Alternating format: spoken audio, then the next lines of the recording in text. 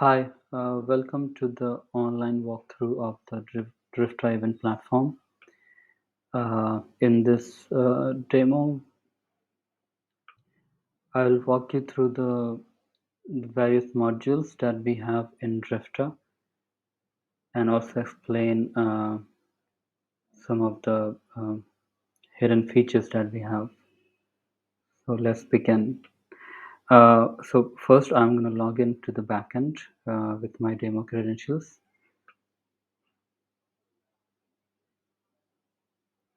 Once I'm logged in, I'm going to be taken to the dashboard homepage where it displays all the insights about the event, like how many attendees there are, how the payments that I have received for my event, the submissions that I have collected, the papers of submissions, proposals, and also the sessions that I have created in the program schedule.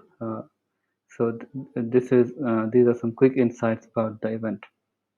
The recent comments that people have made in the online community platform, the recent email campaigns that admin has sent, also the recent orders placed by the users, recent attendees who have successfully placed the order and they have purchased tickets. These are the ones who are listed as attendees in the system. So now, starting with the CRM, this is where you can manage all the contacts. This is the speaker hub to manage all your speakers, and the speaker form is to collect speaker related information. Moderator hub to manage moderators and also to customize the moderator registration form, so you can collect any specific information about the moderators. Uh, and then we have badges and certificates where you can create name badges. Let's go to badge builder here.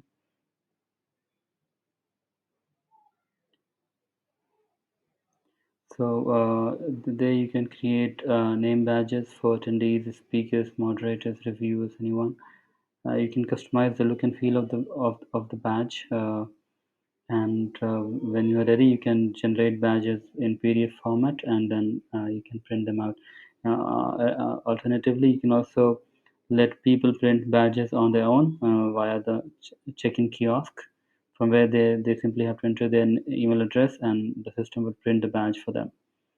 Uh, the check-in kiosk is available under the check-in kiosk here, and similarly, we have certificate builder tool, which people can use. You can use to design certificates and distribute them to the attendees post the event. So you just need to customize it with the short codes, like the attendee name to display the attendee name for all the attendees. The C credits, if you have C credits, you can also display the C credits short code to display the total credits that they have received for attending the sessions. And once you have customized them, you can then either send them all to the respective attendees and speakers, or you can print them and distribute them in person. So and also the attendees have the option to download these certificates from their dashboard on the website. And we also have a visa letter builder, which is used to generate the visa letters for those attendees, prospective attendees who plan to join the conference, but they need a visa uh, to to enter the country. For that, a visa letter is an important document. So you can customize it with the messaging here, and they can download the visa letters from their own dashboard on the website. To view the contacts, you have to go to manage contacts, and there you can see all the different user types, attendees, reviewers, authors, speakers, everyone. So authors are those who have submitted the abstracts. Attendees are those who have purchased the tickets. Reviewers are those who are in the system to review the abstracts assigned to them. Speakers are the ones which have been accepted, whose abstracts have been accepted. So they are automatically converted into speakers. Or you can also manually assign the speaker role to anyone if you want. You can also assign the attendee role to anyone or the reviewer role to anyone.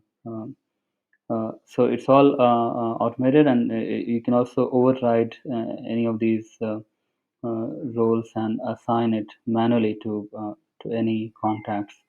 You can also create administrator roles, and admins would have access to different part of the modules.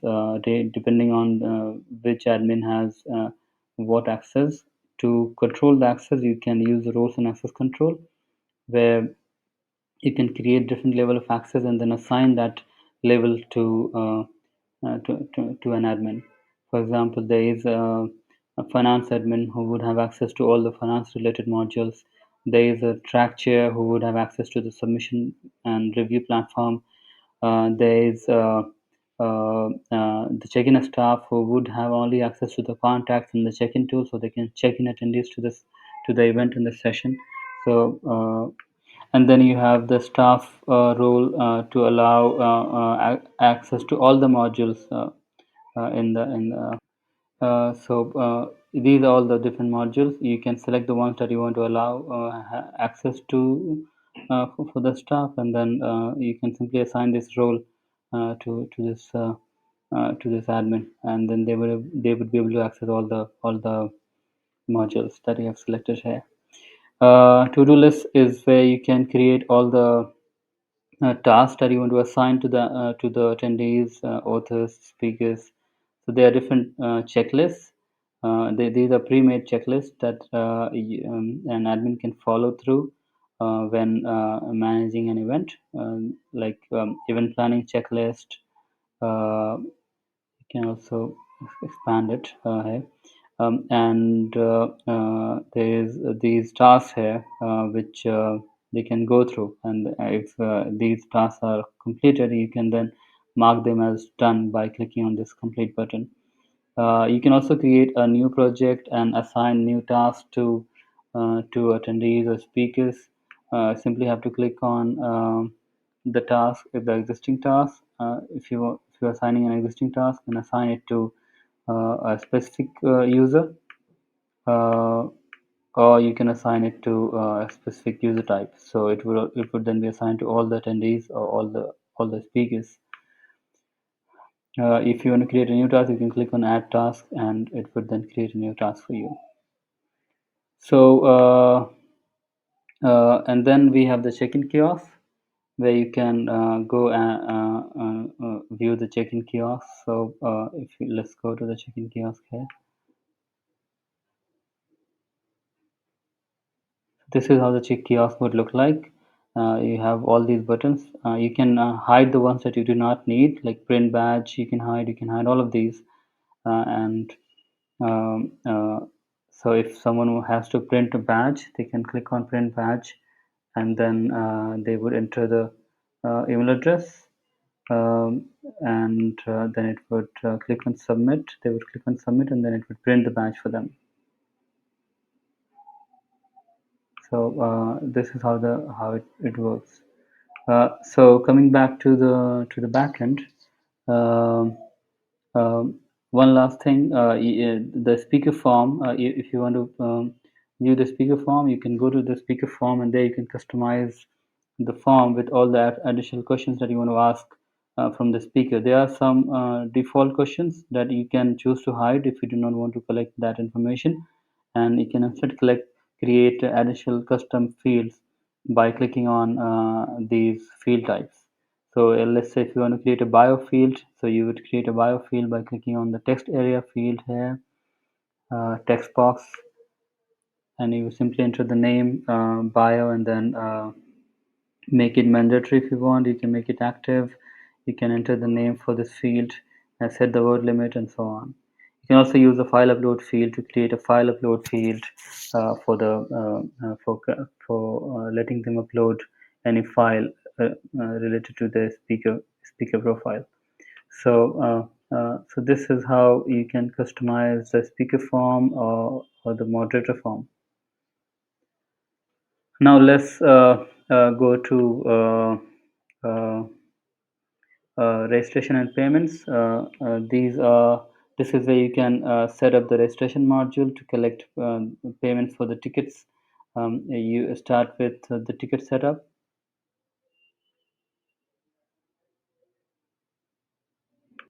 In ticket setup, you can create various ticket types, and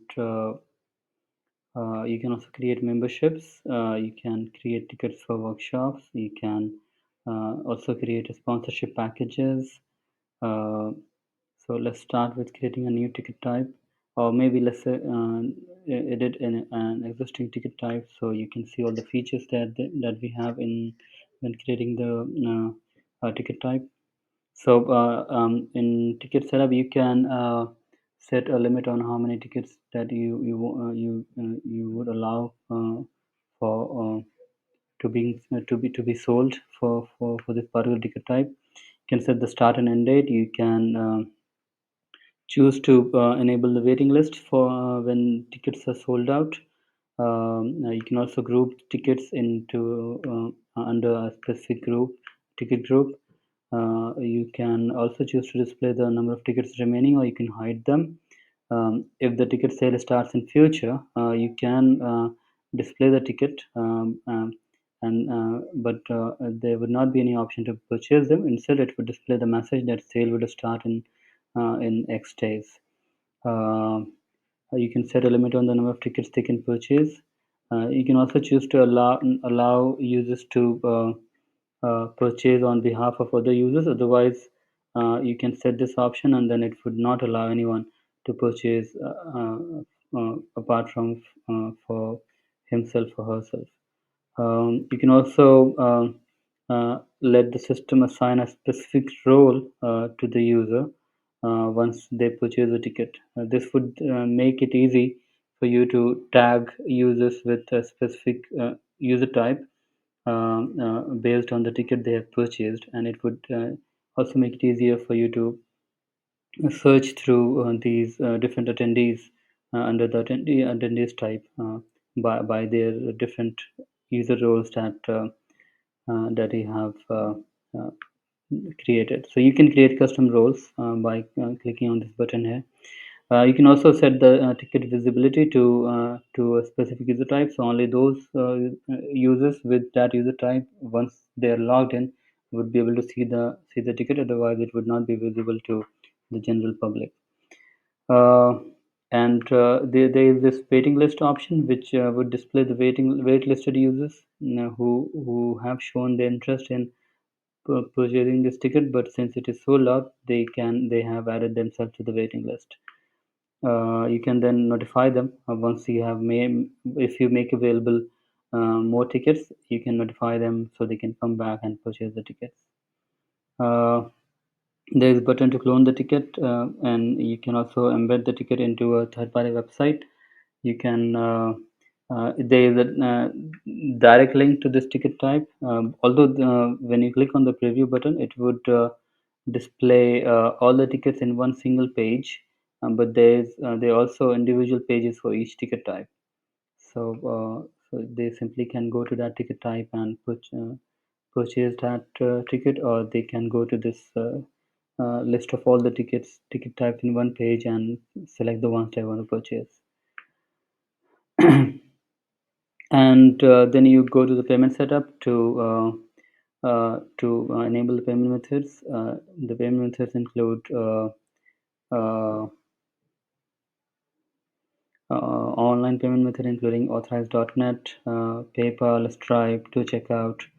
And offline payment methods include uh, check, demand draft, wire transfer, pay at the venue options, and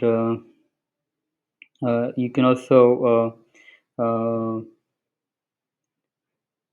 how to confirm offline orders. If you as soon as they are placed, if it is enabled, then all the offline orders all the orders which have been placed via an offline payment method would be auto confirmed, and but you need to receive collect the payments through the wire transfer, and you if it is not enabled, then all the offline orders would remain pending, and then you have to confirm them once you have received the payment in your bank account uh, through the wire transfer. You can customize the look and feel of the invoice and the receipt by clicking on these two buttons here. Uh, this is the order success page which you can edit, and post the or post placing the order. There are buttons uh, to share the notification, share the message that one has purchased a ticket for this particular event. So you can share these buttons to share the message on Facebook, on Twitter, and they can also send this message to up to five more friends in their to their email addresses. So you can enable all of these options. You can and also enable accommodation widget after the order success page has been displayed. So those who wish to purchase book accommodation after they have purchased the ticket, they can see this list of accommodations that they can go through, and they would simply have to click on any of the in hotels that are interesting to them, and they can purchase book the accommodation. So after that, you have to go to question setup and create all the questions that you want to ask in the registration form, and you can create questions like whether you need accommodation or not. Where do you have any identity proof? If so, you can upload them. You should upload them. Their dietary requirements, whether they need transportation, if they are attending the event for the first time. So all these are custom questions that I have created for demo purposes, but you can create as many questions as you want. You can also ask them up to enter their bio, if they're willing to purchase even T-shirts. They can you can select create this add-on, and people would be able to select the tickets, the t-shirt size, and then it would the cost for this t-shirt would be charged along with the fee for the ticket type they have selected. And this is all it, and then you can see a preview of the form, which would then which you can see here. If you select the quantity, it would display the form first, and then it would ask the user to enter all the information, select the tickets, the t-shirts, answer all the questions, mandatory questions, and then if they have a discount code, they can enter the discount code here, and then they would click on checkout to proceed to the payment method, where they can select any of the existing enabled payment methods. And once they have completed the payment, it would automatically send an email notification with details of the ticket they have purchased, and also a copy of the invoice. Uh, if they have purchased the ticket for multiple users, then it would send different separate emails for each user with the ticket details, and the invoice copy would only be sent to the one who have placed the order. So once this is all done, we can now go to the membership setup. It's all the same, very similar to the ticket setup, except that it would uh, uh, have options to uh, set the validity date, how long this membership would be valid, and yeah. So this is the only difference. Um, and once the membership validity has expired, they have the option to renew the membership from their dashboard. Donation setup is very similar to the ticket setup, except that there you can create all the donation amounts, and create all the causes they can select from. And if you preview it, this is how it would display. So these are all the different causes. These are all different amounts they can select from. If they wish to select enter any custom amount, they can do so. Uh, and they can also choose to give monthly or give on a one-time basis. And once they click on proceed to donate, they have to first select the amount and then proceed to donate, and then it would ask them to enter their billing information and their payment method they want to choose, and then complete the donation. So this is important for nonprofits and any other organization who wish to collect donations as part of the conference. Orders and invoices is where you can see all the orders that have been placed. This is where you can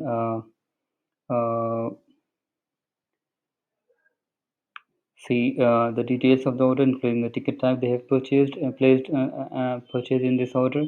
They have their billing information, their payment status, their order status, the dates, and everything.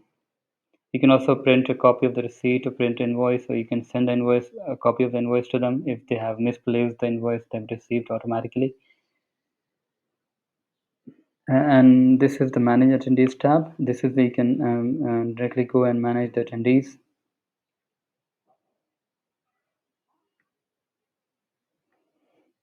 So these are all the attendees who have either placed the order, or if any of these attendees, they may have been assigned the attendee role manually.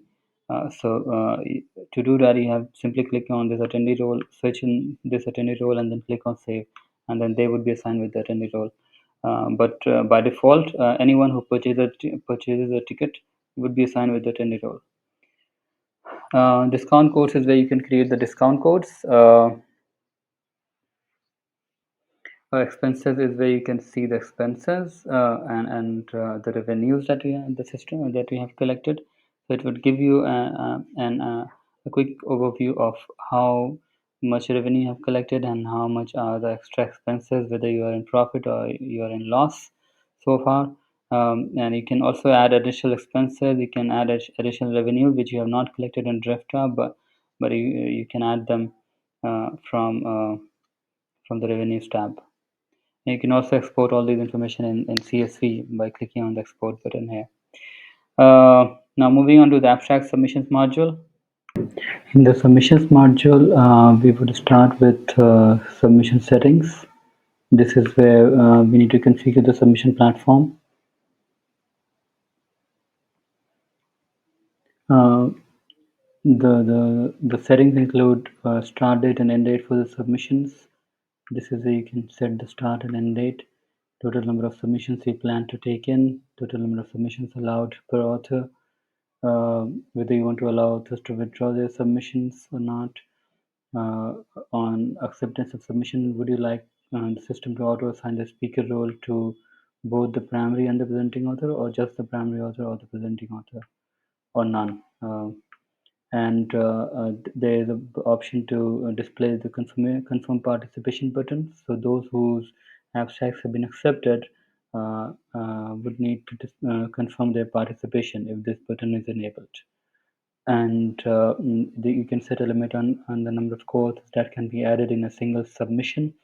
You can set the default co-author role to primary author or the presenting author, and uh, you can also allow submitters to choose multiple presenters for a submission. Otherwise, it would only allow one single presenter for each sub. You can also allow authors to continue editing their submission even after it has been assigned to a reviewer. If an abstract has been set to accept with revision or reject with revision, then you can enable this option, so you can allow authors to submit their changes on their submissions, even if the submission deadline has lapsed. Uh, and in the review submission settings, you can set the last date for submitting the reviews. You can enable whether you want to use single round of reviews or multiple, or if you want to allow reviewers to review in multiple stages. You can enable double blind review, or simply disable it.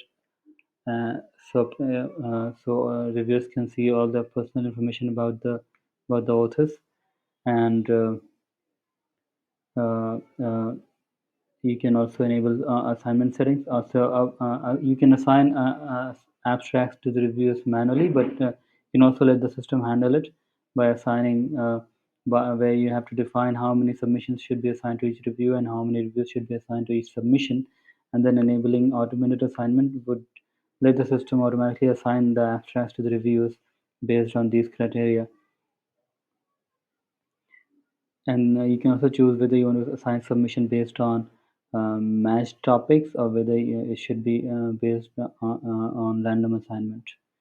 Uh, Rebuttal settings is where you can let the reviewers send rebuttals to the authors, and authors can send reply to that rebuttal. Uh, so you have to enable this option here, and then you can let the reviewers send feedback to the authors on their submissions.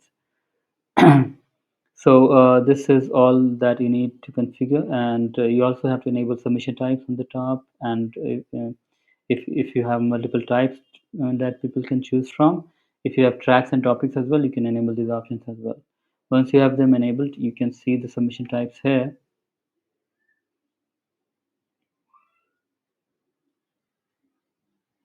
There you can create all the different submission types. Uh, and when you're creating a new submission type, you can set the type and name for the submission type, the total submission you plan to take in for this submission type, the number of submissions allowed per author for this submission type, the start and end date for the submission. If you set it to 0, then it would use the start and end date that you have set globally. And the maximum of co-authors that can be added in a single submission. If you set it to 0, then it would not allow any co-authors to be submitted, except the information about the submitter would be included in the submission. You can also set for each submission type. There is an option to set the review submission deadline.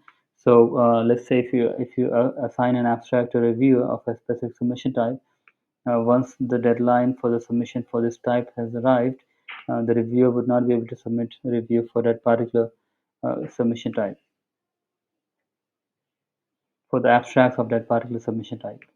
There is also the option to set the date for submitting the final paper for this submission type.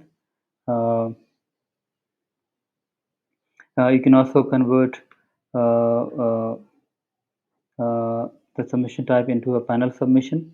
And the panel submission would allow authors to submit multiple abstracts as part of a single panel.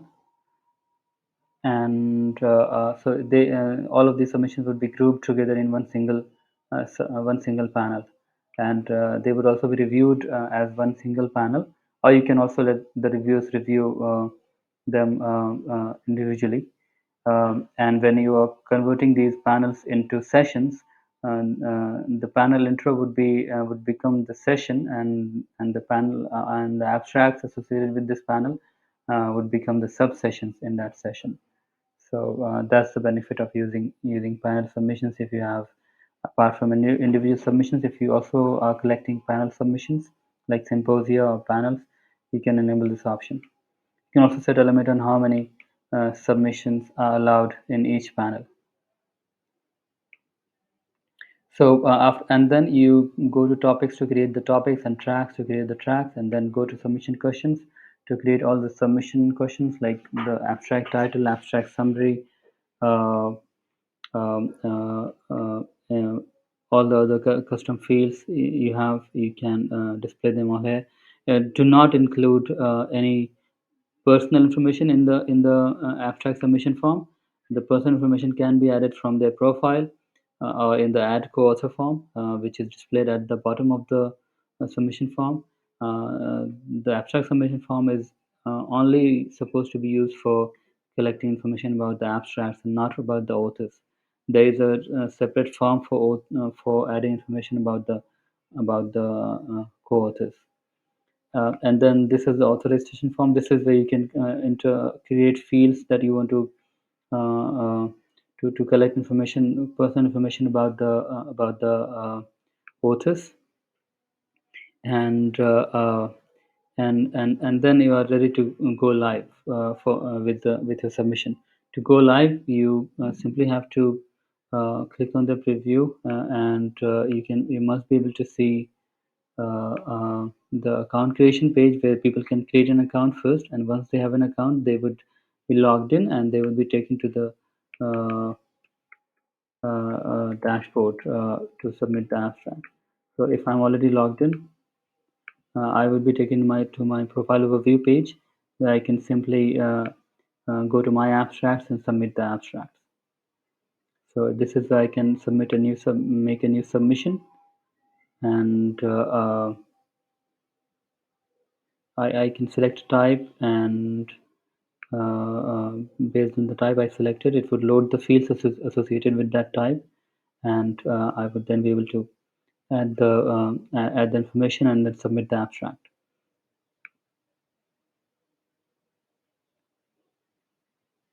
And if this is a panel submission type, then it would load the display the panel intro first, and then it would display the add submission button, so you can add submissions in this panel.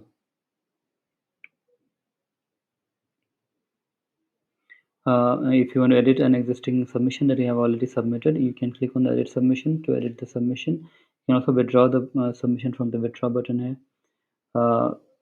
Yeah, and so this is all part of the submission system. Once you have started collecting the submissions, you can go to manage submissions, and there you can see the submissions that you have collected. You can then start assigning these abstracts to the reviewers by going to the pending decision tab and selecting all the abstracts from the list, clicking on bulk edit, select assign unassigned reviews, and then select the reviews to whom you want to assign these abstracts, and then click on assign. This would then assign these multiple abstracts to these reviewers, and it would also notify them automatically with the list of abstracts which have been assigned to them for review. Then they can come log into the dashboard in the front end. So for reviewers to register as a reviewer, they can either register on their own through the reviewer registration form, which is in the front end. Otherwise, they can you can, as an admin, you can create account for the reviewers, and they would be able to you can then send an email with the login credentials to them, and they can log in with the login credentials, and they would be able to see the assigned abstracts tab, which would list all the abstracts assigned to them for review. So this is where they can go and submit the review for these assigned abstracts. And on the left, it would display the review submission abstract information. On the right, it would display the submit review form where they can submit the review. And yeah, and and then we have the abstract book, which you can use to generate the abstract book post the conference.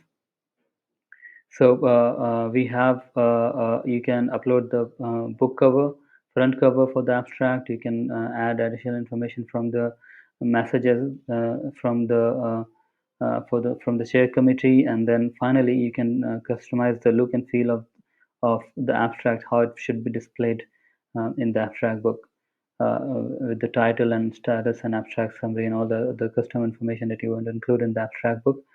You can use all the shortcodes that we have provided for displaying these information in the abstract book, and then upload a back cover. And finally, you can choose to include all the abstracts, or only the ones which have been accepted. You can also filter the abstracts by the tracks, by topics, by type, and you can also order them by ID, title, score, ascending or descending order. You can also order them by abstracts, average score, and then finally you can click on generate submission book to generate the abstract in PDF format. So and then the e-posters is where you can customize the e-poster gallery. This is to display the e-posters with so people can browse through all the posters, and they can view the PDFs and slides and chat with the authors, like or dislike an abstract, or give a thumbs up to an abstract. So all that is part of the e-posters gallery. And there is event schedule builder, where you can go and create the program schedule. So to do that, you have to first go to the program builder, And if you do not have any sessions created, either you can add them manually by clicking on Add Session button, where you can provide the session title, description, date and start time, end time, session venue, capacity, and everything. If this is going to be a virtual session, then you can enable built-in live meeting option. Or if you have your own Zoom meeting URL, you can provide the Zoom meeting URL here. And if this is going to be a live stream, then you can select the live stream option and provide the link to the live stream video. And you can select the formats and tracks. You can select the moderators for this session. You can select the speakers for this session. You can select the abstracts associated with this session. You can also upload the slides. The slides would be automatically fetched if you have selected the submissions associated for this session. It would also automatically fetch all the slides uploaded in those submissions. So you do not have to manually upload them. But if you have some additional slides that are not part of the submissions, you can upload them here. And you can display the view poster button. So people can click on the view poster button to view the poster associated with those abstracts or posters. You can enable chat, so people can chat with the attendees in a virtual meeting, in a virtual session. You can enable live calls. You can enable text-based Q&A, so people can ask questions from the speakers. You can also make a workshop as paid workshop, so you can associate a workshop with a session with a ticket type. So anyone who needs to join this session, they need to purchase this ticket type first, and then only they would be able to check into this session. You can also display a sponsor banner ad. You can display the sponsors and select the sponsors, and all the logos and the links to their sponsor lounge would be displayed there. You can enable the link for the attendees to check into the session. You can display, you can set the C credits. So those who, if you are providing C credits for attending the session, they would be receiving the credits after the end of the session, and if they have checked into the session.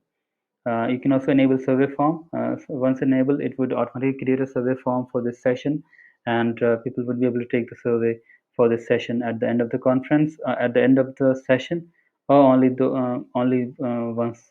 Or you can also set it to so anyone can take the survey, irrespective of whether they have checked in or not. Uh, yeah, and so this is the manual session addition process. But if you want to use convert all your accepted abstracts and panels into sessions, you can use the tool there called abstract panel to session converter. So you need to select all submission types and then click on preview. Or if you only want to convert your panel submissions, then you can select that all the panel submissions, and then it would show you a preview of how it would work. So it would display the panel intro as the session title, and all the abstracts associated with that panel as the subsession of that session. And then when you're ready, you can click on convert to sessions, and then it would be converted. And if you're using the credits, it would be charging 10 credits per session. If you have an annual plan, then it would not be charging any credit. It would simply be allowing you to convert all the sessions, all the abstracts into sessions. Similarly, if you only want to convert the single submissions into sessions, then you can click on the select the single submissions option and click on the preview, and then all of these single submissions would be converted into respective sessions. And once they are all converted, they would be displayed under the unscheduled sessions tab, and then you can go to the program scheduler to convert these sessions into program schedule. To assign venues and speakers to these sessions. So you can go full screen, and there you can drag speakers to the venue to these sessions, and yeah, like this. And similarly, you can select formats and drag and drop formats to the respective sessions. So this is all pretty much easy. You just have to drag and drop different I, venues and formats to the respective sessions. You can. You also need to move unscheduled sessions to a specific date and time. So you can drag them to that session, to that time slot. You can also move to another month or date. You can switch between dates and week and month tab here. If it is date tab, then you can. Uh, this is May 4, and you can assign session to that.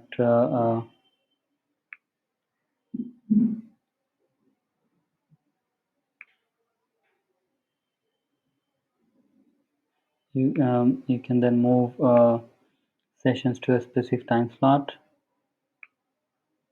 You can also switch to full screens to make it easier for you to drag and drop these items to the respective time slots.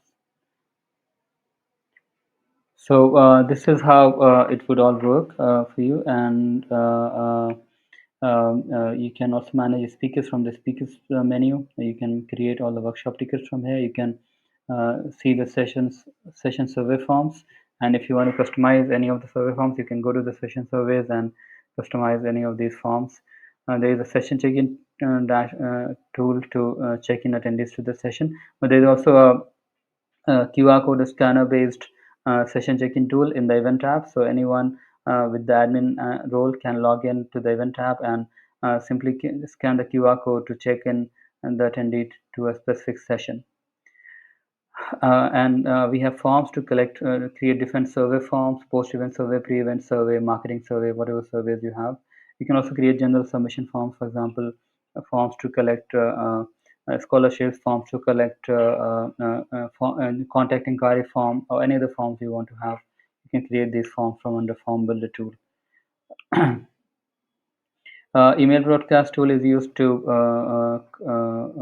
send all the different email campaigns. There are some predefined email notifications which are sent out on different activities being performed. For example, when someone creates an account, it sends a welcome email. When someone submits an abstract, it sends a confirmation email to the author. So you can customize all of these different emails from by going to these email notifications. You can change the subject, you can change the messaging, all that. You can also send email campaigns to the attendees by clicking on email campaigns. You can create a new campaign. You can then enter the from name email address. You can select a template, a preset template, or you can enter your subject and message. Then you have to select the recipient, whether you want to send this campaign to all the contacts or only to the attendees or only to a specific segment. So segments are basically targeted groups of a specific user type or specific user settings with filters applied. For example, if you want to send us create a segment of reviews who have not submitted their reviews yet. So this is the segment that you have to use, and you can create any other custom segment by going to the segments page here and then create those segments and come back to the email campaign page to create these campaign and then send the campaign to this segment. And once the campaign is sent, you can click on campaign reports to see how many of these users have received this email and whether they have opened it or not, how many of them have unsubscribed from it. So all that you can access from the campaign reports. And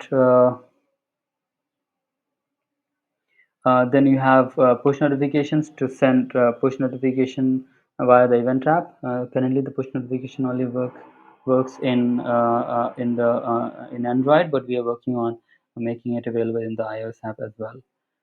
So they will receive these push notifications in real time, and and then there is also a text messaging feature which you can use to send text messages to the attendees. So you can either send bulk text messages to all the attendees at once. You just need to select the attendee user type or speaker user type if you want to send this to the speakers. And otherwise, there are some preset messages that you can send when someone creates an account, or if you want to send a reminder to all the checked-in attendees of a session. You can configure that, and they would receive an SMS or text message on their registered phone number, that their session is coming up in the next 1 hour. You can also send a text message to the attendees when their ticket has been confirmed, or when they have placed a confirmed order. Once they have made the payment, they would receive an email with the invoice, and they would also receive a copy of the message in their phone. As part of the engagement tool, we also have online community, where you can, to see how it looks like, you can go to the front end and see this community live. So in online community, it is basically a group of rooms that there people can go and discuss different topics, and other people can reply to those topics. And so you can create as many rooms as you want. By default, it has all of these rooms, like job opportunities, wall. There is a wall to just list all the local places to visit, local food recommendations. So all this community is also available in the event app. So anyone who is using the event app can also use this tool to engage with the attendees. Private messaging is another tool to engage attendees by letting them send private messages to each other. This is available in the event website, and also in the event app. Uh, this is how it looks like. These are the list of the attendees. They can search through the attendees and send private messages uh, to uh, to the attendees. They can also use the event app to exchange private messages through the event app. There is a matchmaking tool to let the attendees find other attendees with similar interests. So this is the matchmaking tool. This is how it looks like. So it would display recommend these attendees, and you can, if you give a thumbs down, then it would recommend another one with similar matching interests, and it would display which of these interests are matching with you. And you can then set up a meeting with them, or you can send a private message to them. You can also request a V card. V card are basically contact information, which is saved in your profile if the V card request has been accepted. Uh, so yeah, complete engagement tool via matchmaking, where you can find matching attendees and then engage with them. Gamification tool is where you can let people collect points for different activities. For example, for making comments, for joining a session, for checking into a session, for answering questions from other attendees. There are different. So they get 1 point each for each of these different activities, and at the end of the conference, they can see. You can reward the top earners, top makers in the leaderboard with some rewards, and they can see the points they have collected so far for different things, for purchasing a ticket, for commenting in the forum, all that. Event website tool is used to design the event website, the website designer tool. So this is how it looks like. You have these are all the widgets. And this is the countdown timer. This is the speakers widget. So you do not have to add the speakers. The speakers would automatically listed here once you have added the speakers from under the manage speakers page in the backend. So you do not have to add them manually here. And attendees, similarly, once you have the attendees, they would all be displayed automatically if the widget is enabled. Also, the sponsors can be added from the sponsor hub from under manage sponsors page. You can also let the sponsor register on their own from and purchase the sponsorship packages. And once they have purchased the package, they would be able to edit all the information from their dashboard. So you do not have to manually update all the information on your own. You can so this is the you can also create content pages from the content pages menu. You can create custom information pages, for example, information desk, information about accommodation and transportation. You can customize the top navigation menu, the menu that you want to hide or display. You just have to click on a menu and then you can display or hide them. Now you can upload photos in the photo gallery. You can upload videos and documents in the photo, videos and documents gallery. You can create blog posts. You can customize the look and feel using the if you know HTML and CSS, you can use the CSS manager to customize the look and feel. Event app publisher is used to enable the event app if you have purchased the event app add-on, and you can enable the menus that you want to display in the event app.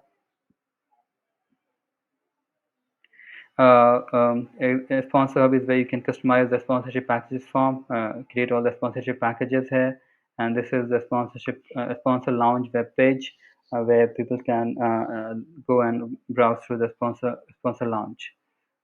So to see a preview, you can click on the preview button, and this is how the sponsor lounge would look like.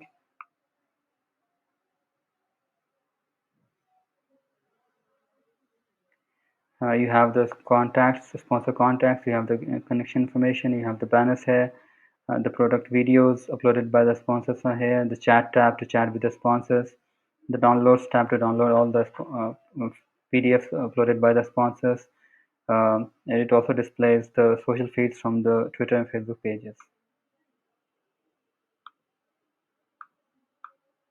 And finally, you have the reporting tool to generate custom reports. You can go to custom reports, and there you can